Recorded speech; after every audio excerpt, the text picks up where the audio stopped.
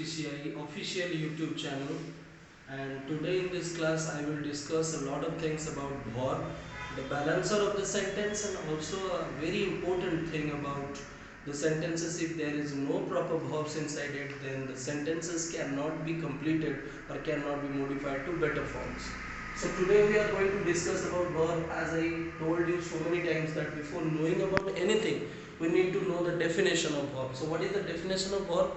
In our childhood, our teachers told us a very short definition of verb, that a verb is an action word.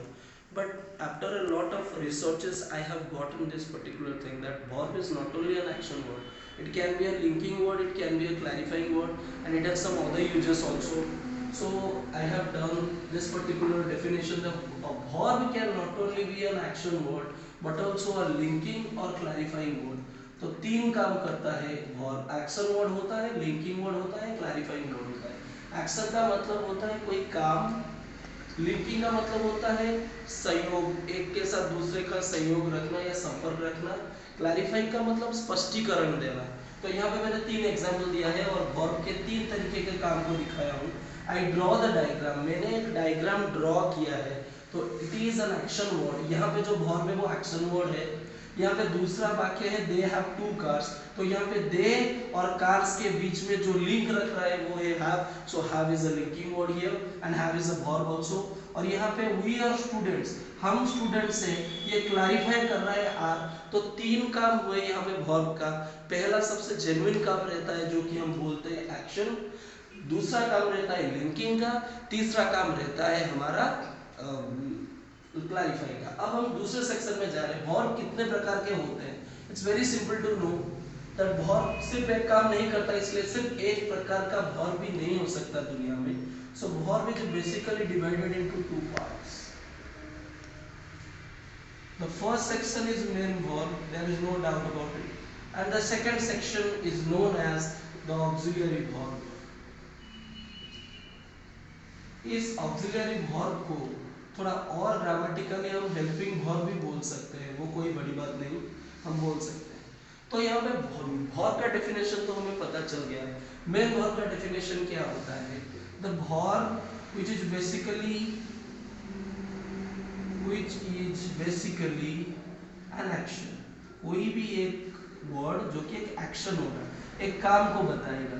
अगर examples में दूं तो do होगा, work होगा, execute होगा, dance होगा, सिंग होगा, प्ले होगा, मूव होगा. ये जितने सारे मैंने यहाँ पे लिखे, ये सब एक एक एक्शन ही तो है. एक्शन मतलब काम जो वर्ब करता है उसे हम मेन वर्ब कहते हैं.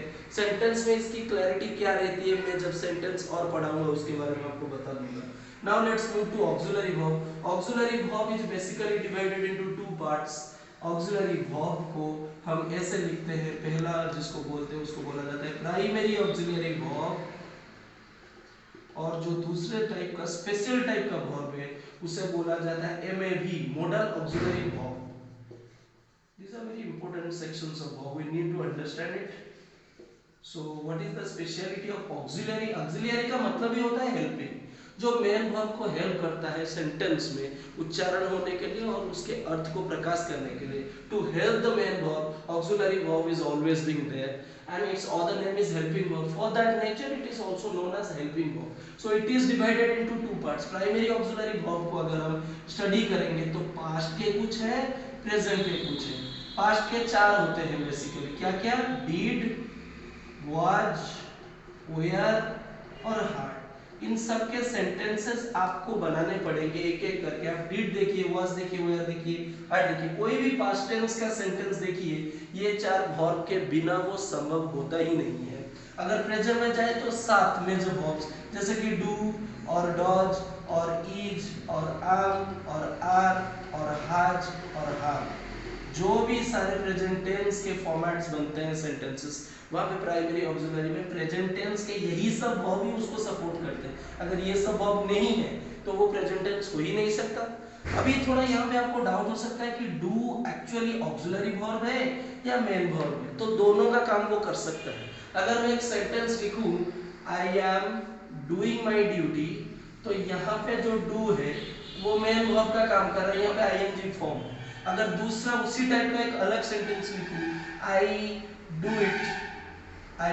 इट, मैं ये काम करता हूँ, तो यहाँ पे एक डू, ये वाला डू नहीं, और एक डू यहाँ पे चिपके है जो कि इसको प्रेजेंट टेंस फॉर्मेट में कन्वर्ट कर रहा है। तो यहाँ पे डू हुआ मेन वर्ब, लेकिन यहाँ पे जो डू है वो हो गया ऑक्सिलरी वर्ब, ऑक्सिलरी वर्ब का primary auxiliary verb. Now the next section we are going to study is modal auxiliary verb. Modal auxiliary verb बहुत ही इंपॉर्टेंट चीज होता है। हमारे टोटल कितने मॉडल ऑक्सिलरी वर्ब्स होते हैं आप लोगों को पता होगा शायद। पहला सेक्शन होता है साल सूट का, दूसरा सेक्शन होता है विल वुड का, third section is may might, fourth section is can could. ये सब हमारे मॉडल ऑक्सिलरी वर्ब। इसे क्यों बोलते हैं?